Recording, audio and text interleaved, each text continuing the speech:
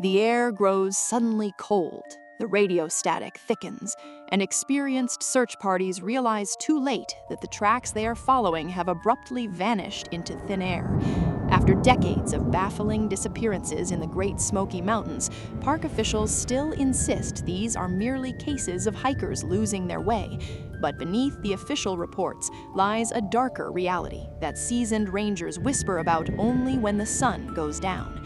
What happens in those impenetrable valleys when the trees close in? Before we uncover what truly happened, drop a comment below and let me know where in the world you are watching from and what time it is right now. Let's see how far this investigation reaches.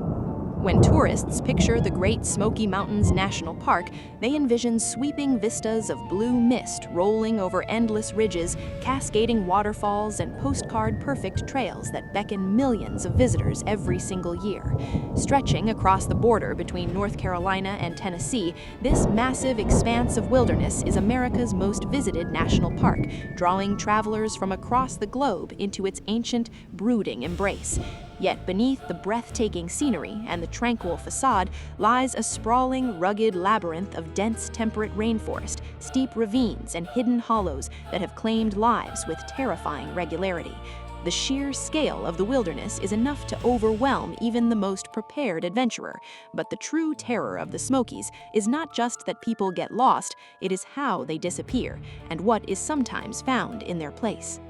Consider the unsettling case of Dennis Martin, a 6-year-old boy who vanished on June 14, 1969, while camping with his family near Spence Field in the Great Smoky Mountains. During Father's Day weekend, Dennis and several other children were playing near the campsite, plotting a playful surprise for their parents.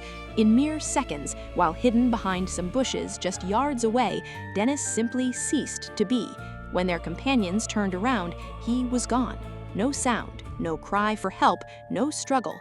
What followed was one of the largest and most intensive search operations in the history of the National Park Service, involving hundreds of military personnel, park rangers, and civilian volunteers, scouring every square inch of the dense backcountry.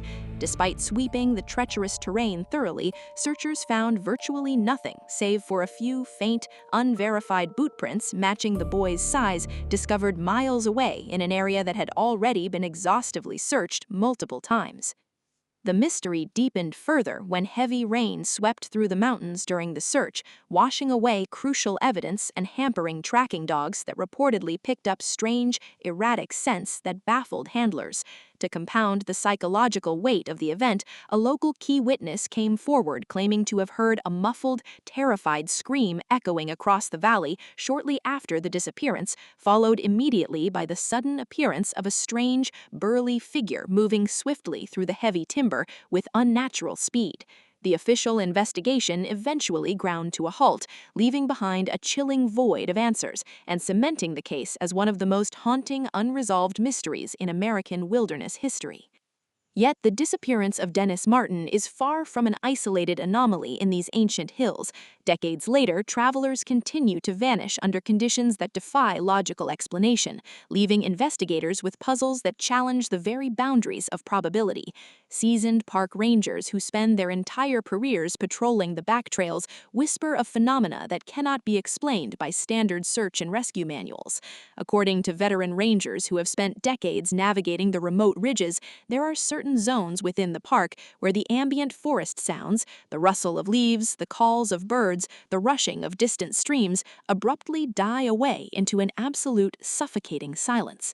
In these quiet zones, compasses occasionally spin erratically, radio frequencies fail without warning, and experienced woodsmen report an overwhelming primal sensation of being intensely watched by an unseen presence moving just beyond the tree line. One anonymous veteran ranger, reflecting on years of harrowing night patrols and desperate search operations, noted that the wilderness behaves less like a static landscape and more like an active, breathing entity that guards its secrets fiercely. He recounted entering areas where the tree canopy is so thick that daylight fails hours before official sunset, casting deep, unnatural shadows that distort depth and distance. According to his account, search teams frequently encounter bizarre anomalies, such as personal belongings discovered neatly stacked atop boulders in areas deemed completely inaccessible by foot, or hikers found miles from their last known location, having traversed sheer vertical cliffs in the pitch dark without a single scrape or torn fabric. As investigators attempt to piece together these conflicting accounts, a troubling question emerges that challenges the comforting narrative of accidental mishaps. Why do modern GPS units fail simultaneously across entire ridges? And what compels otherwise rational individuals to step off established trails and march directly into the most treacherous, impassable sections of the wilderness under the cover of night? The trail grows colder, yet the evidence points toward a chilling realization that the forest may be keeping secrets far darker than anyone ever imagined.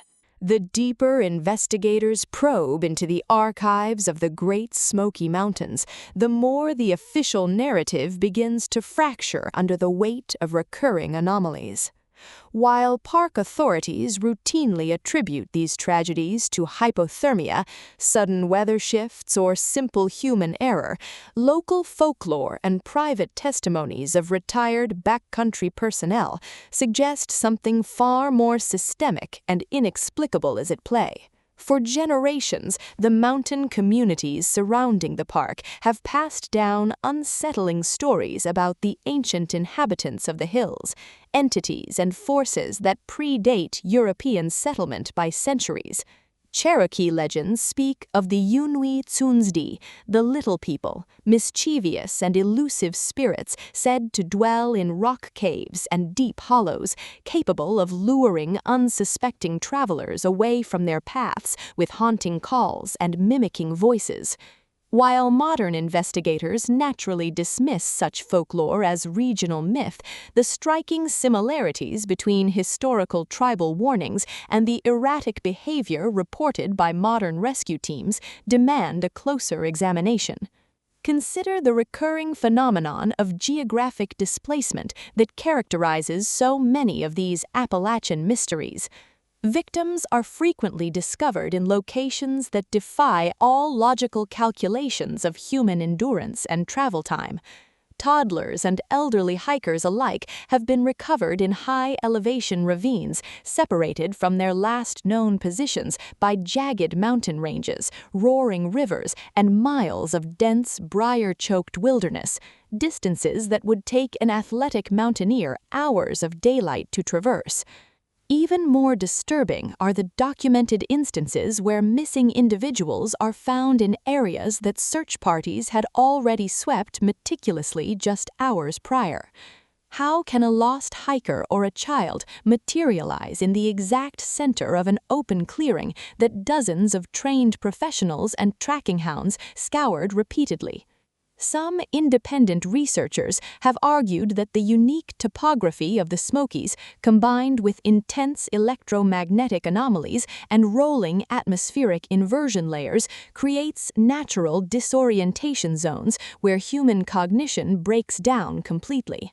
In these high-stress environments, victims reportedly experience severe auditory and visual distortions, causing them to strip off their clothing, a classic symptom of late-stage hypothermia known as paradoxical undressing, yet frequently observed in mild weather conditions across the park, and wander in erratic circles away from safety. Yet this physiological explanation fails to account for the utter absence of tracks, scent trails, or physical evidence that plagues investigators year after year. As an investigative journalist examining these dossiers, my own perspective leans away from the comforting confines of official bureaucracy. The notion that millions of acres of dense, untamed wilderness can be neatly managed by standard search protocols is an illusion designed to maintain public calm. When you analyze the sheer frequency of unexplained events, the striking parallels in witness testimonies, and the impenetrable silence that often surrounds these cold cases, it becomes clear that the official explanation of unprepared tourists is a convenient shield for an ecosystem that operates entirely outside human control. Whether these vanishings are the result of predatory human actors utilizing the vast backcountry as an anonymous hunting ground, localized psychological disorientation zones, or something far stranger lurking within the ancient geography of the range, the conclusion remains deeply unsettling. The Great Smoky Mountains are not merely a scenic backdrop for a weekend getaway. They are a vast, indifferent frontier that swallows the careless and the unlucky without a single trace. The trails may be marked with welcoming wooden signs and crowded with families during peak tourist season, but just a few yards off the beaten path, the modern world ends and the primal unknown begins. When the afternoon fog rolls in over the ridges and the familiar sounds of the forest fade into absolute stillness, the mountains reclaim their domain. What lingers in the deep hollows of the Smokies may never be fully understood by park rangers, historians, or investigators alike, but as long as travelers continue to underestimate the ancient power of these hills, the mist will continue to roll in, and the silent forests will claim another secret.